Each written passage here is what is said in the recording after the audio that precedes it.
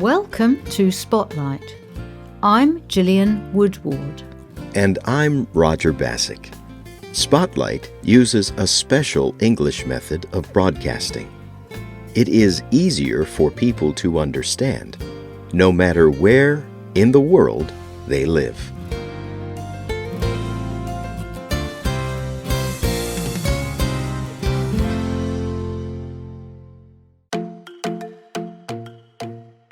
Most people have a hobby, an activity they do just for enjoyment.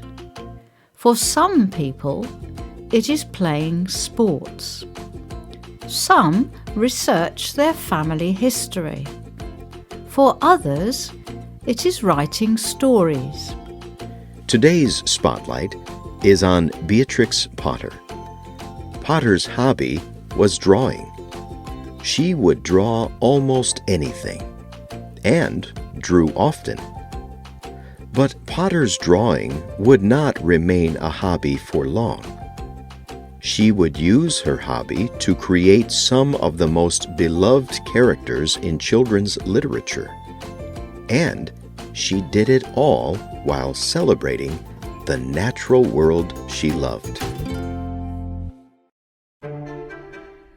Beatrix Potter was born in 1886 in London.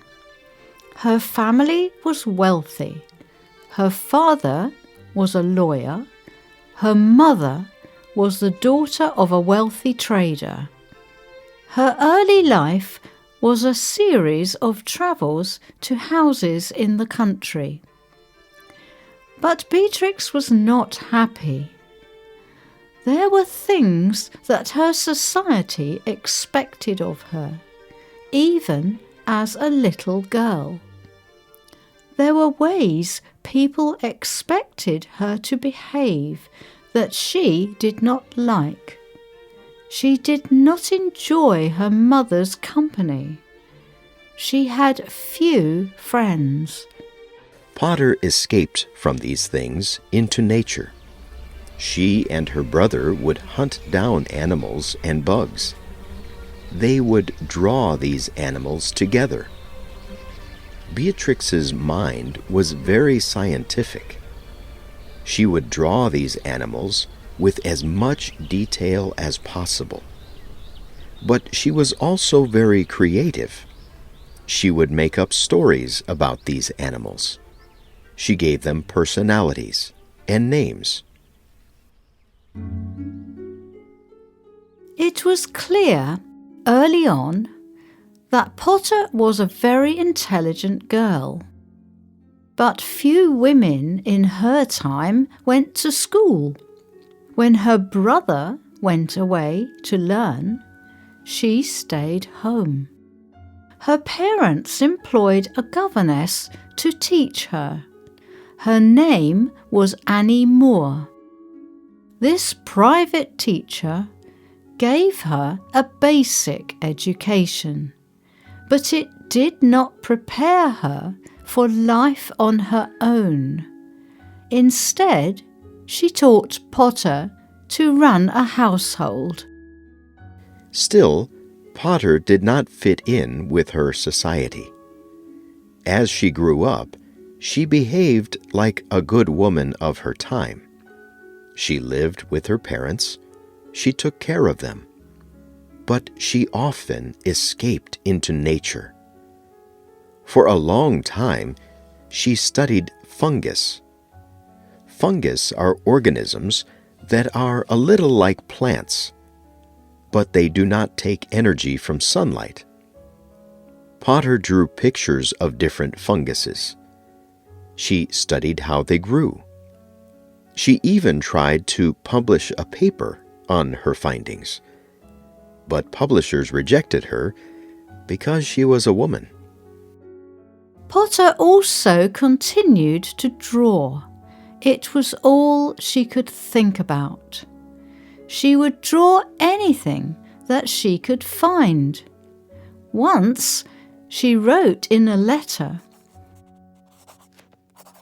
"It is all the same. Drawing, painting, modelling. I have an irresistible desire to copy any beautiful object I see. I cannot rest. I must draw even if the result is poor. Sometimes a bad time comes over me. Then the desire is stronger than ever.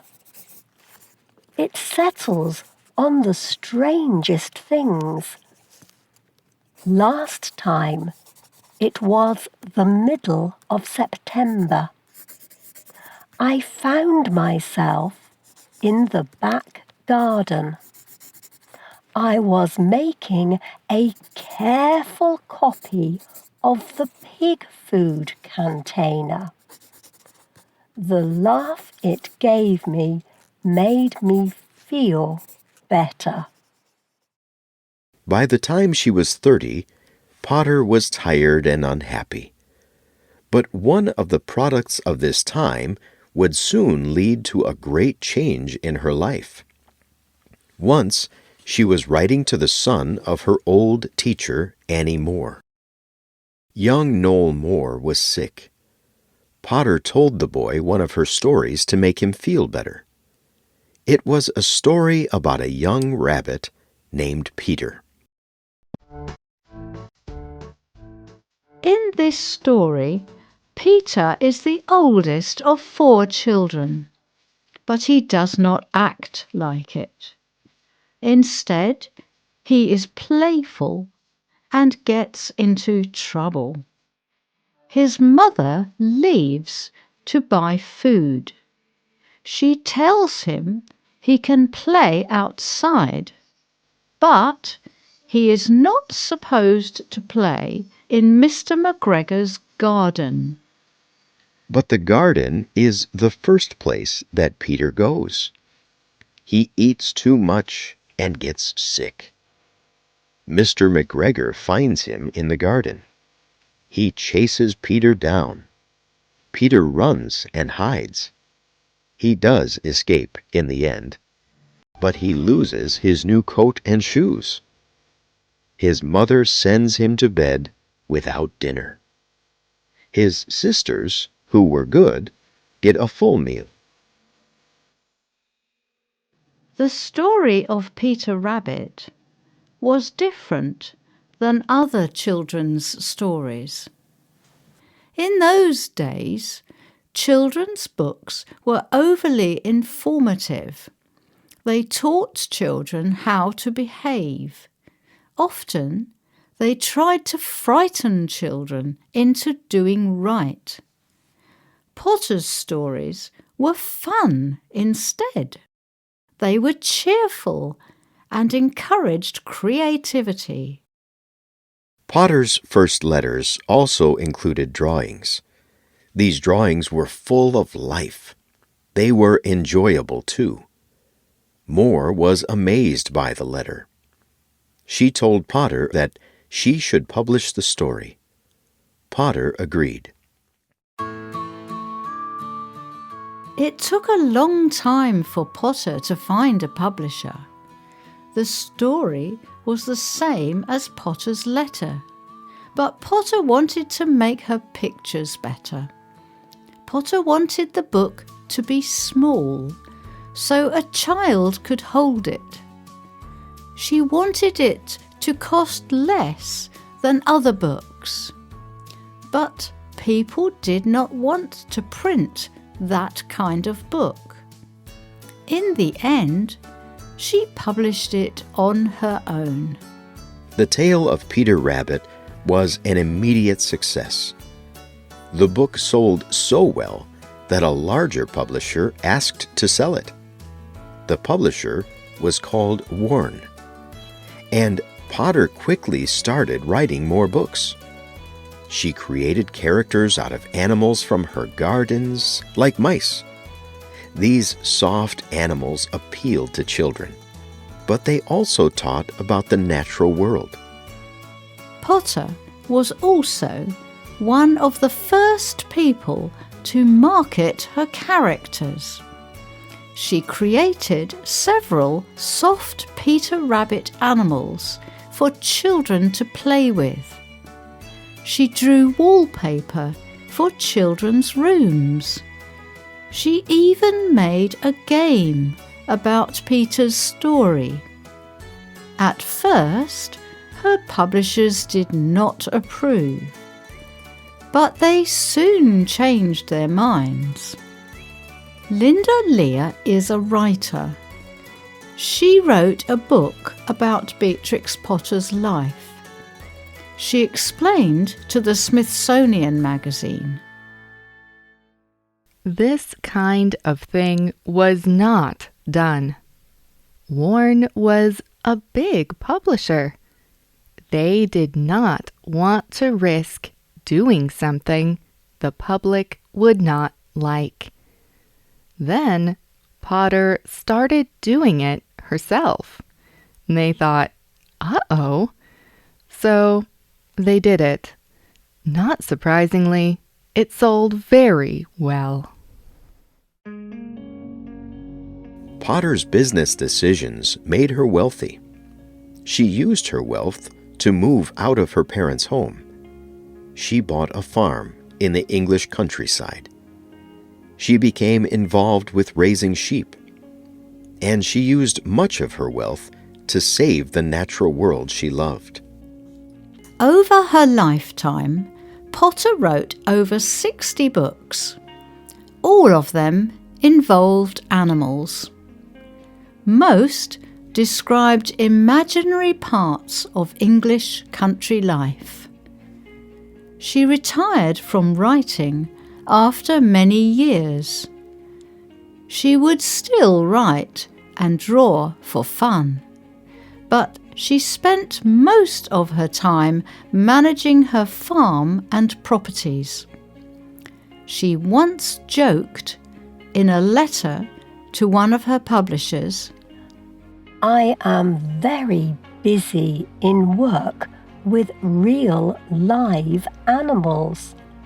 It makes a person dislike paper book animals.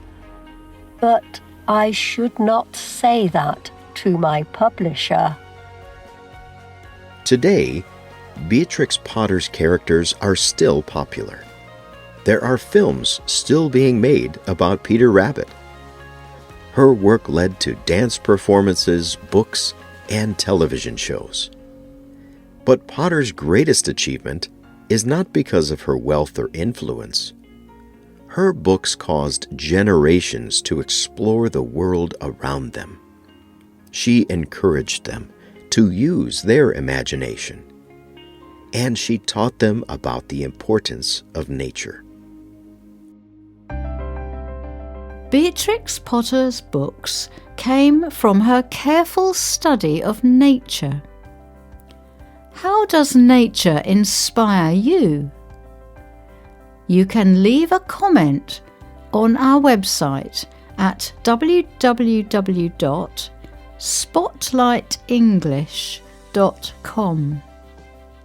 You can also find us on YouTube, Facebook, Instagram, and X, formerly known as Twitter.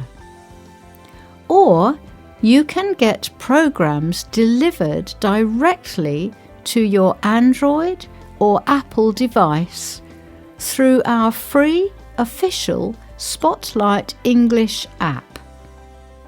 The writer of this program was Dan Chrisman. The producer was Michio Ozaki. The voices you heard were from the United Kingdom and the United States. All quotes were adapted for this program and voiced by Spotlight. You can listen to this program again and read it on the internet at spotlightenglish.com. This program is called Who Made Peter Rabbit? We hope you can join us again for the next Spotlight program. Goodbye.